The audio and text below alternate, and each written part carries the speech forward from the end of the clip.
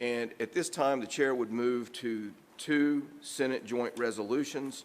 The first would be Senate Joint Resolution 220, the confirmation of Phil Baddour to the Industrial Commission. And if the chair's not mistaken, Representative Torbett will introduce that bill. Thank you, Mr. Speaker. I'd like to introduce everyone to Mr. Baddour.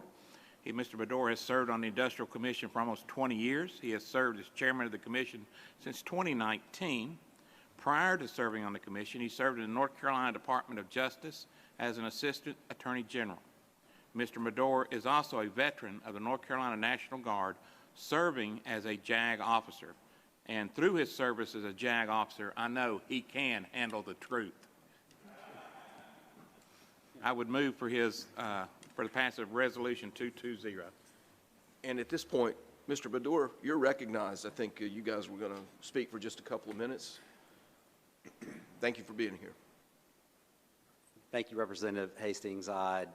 As Representative Torbett said, I'm Philip Baddour. I'm currently serving as a commissioner at the North Carolina Industrial Commission for the last 4 years as chair. As most of you, I'm sure, know, the Industrial Commission administers the North Carolina Workers' Compensation Act, also the Tort Claims Act, which gives us jurisdiction over negligence claims against state agencies, the Public Safety Employees Death Benefits Act, and several other acts.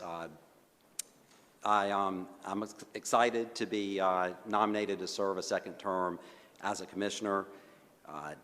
As was said, I did serve in the North Carolina National Guard. After completing law school, I returned to my hometown of Goldsboro, North Carolina, where I worked as an attorney representing injured individuals, including injured workers. I then went to the North Carolina Department of Justice, where I represented state agencies defending the state in workers' compensation claims. So I switched sides, saw both sides of workers' compensation cases, and then went to the Industrial Commission as a deputy commissioner, which is the trial level of the Industrial Commission. So for 17 years as a deputy commissioner, I conducted workers' compensation trials across the state and rendered decisions in those cases.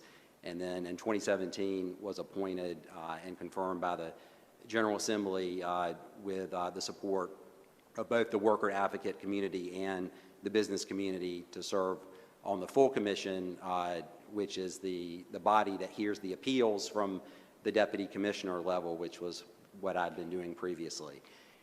So for the past 6 years, I've worked hard to fairly and impartially decide each case based on the individual facts of those cases and applying those facts to North Carolina law. And I'm pleased to have, again, the support of both the worker advocate community and the business community. So I want to thank the business community, especially, that's been so helpful in introducing me again to a lot of you that I hadn't seen in a number of years. Mike Carpenter is here today from Builders Mutual. Andy Ellen, who couldn't be here today, has been very helpful as well. But Elizabeth Robinson is here today from Retail Merchants Association. Peter Daniel from the Chamber of Commerce, and last but not least, Philip Isley from NCAJ has also been very supportive. Happy to answer any questions that you may have.